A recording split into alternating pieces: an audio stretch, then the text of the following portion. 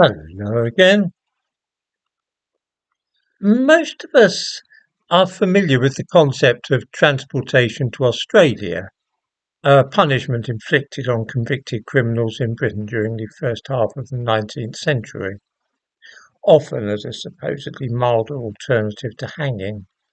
Those of us that have read Dickens will remember in Great Expectations, Magwitch, the convict returned from transportation after being sent to Australia.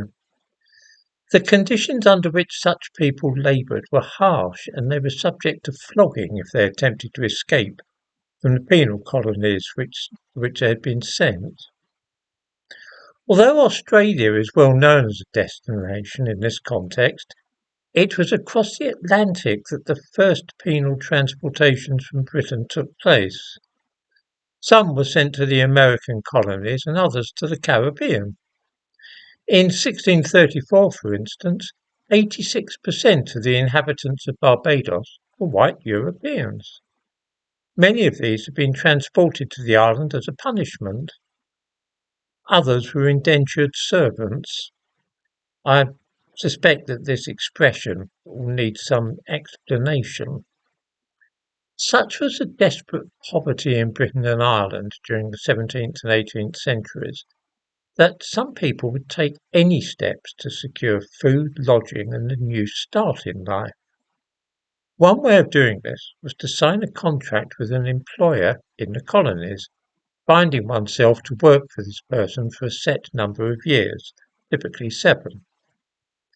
In return, the employer or master would pay for passage across the Atlantic and guarantee living quarters and food while the person so indentured worked for him. There were several drawbacks to this scheme.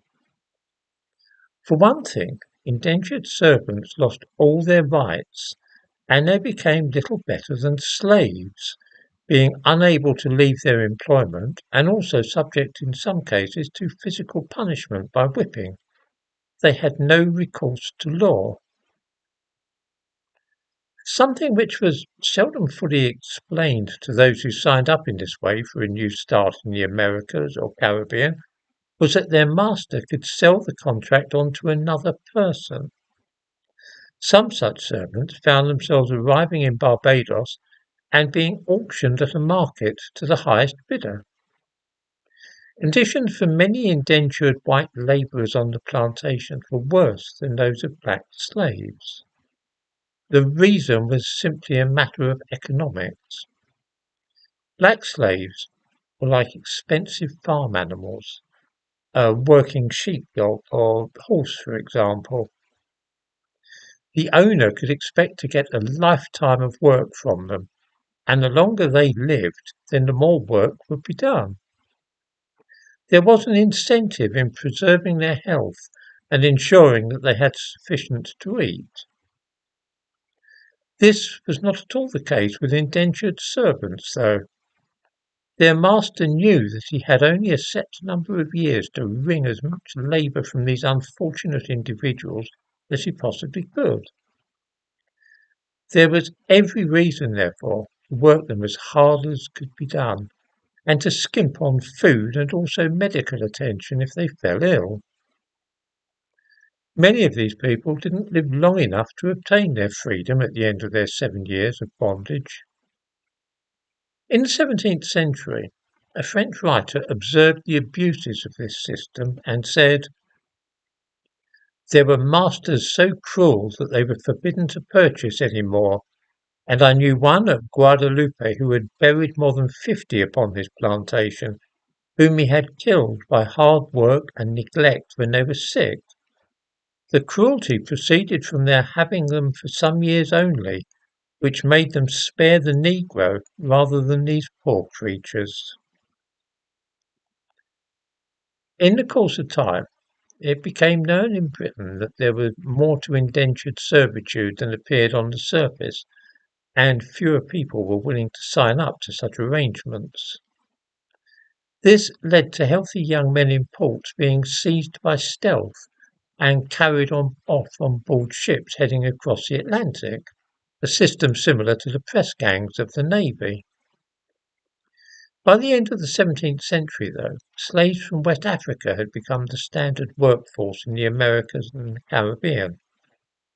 Once again, this proved to be a matter of brute economics rather than any subtler motivation. One black writer has summed up the financial implication of the two competing systems in this way. A white servant's services for 10 years amounted to the price of a Negro slave. 3 Negroes worked better than, and cost as much as, one white man. In the face of such remorseless logic, there was little to be done other than to phase out indentured servitude in favour of black slavery.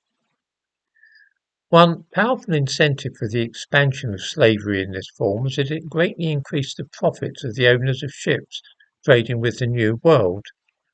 Thus, economic expediency rather than racism or colonialism was the driving force behind the transatlantic slave trade. To understand this, we need to think about the nature of trade at that time. Merchant ships typically sailed to another part of the world either to collect some valuable commodity or to transport to that place something which could be sold there. This meant that often the ships sailed either there or back with empty holds, and that part of the voyage would bring in no profit for the owners of the ship. Once the so-called triangular trade had become established, this wasted time had been altogether eliminated. At every stage of the voyage, the ship would be carrying valuable goods, manufactured items to Africa, slaves to America, and sugar to Britain. It's often claimed today that it was some abstract idea of racism which facilitated the slave trade from Africa to America and the Caribbean, but this is quite absurd. It was purely financial and economic advantage at work. When it paid to use white workers, that was done. But when the situation made black slaves more profitable, that was the system adopted without a second thought. Race had nothing at all to do with the matter. It's worth remembering this because when people talk now about the transatlantic slave trade, they will always manage to bring race into it and racism and the idea that racism or beliefs about the inferiority of black people was at the back of the trade. It was absolutely nothing to do with the case. It was simply a question of what made most money for the merchants owning the ships and for the men running the plantations. It all came down to economics, and ideas about race had absolutely nothing to do with it.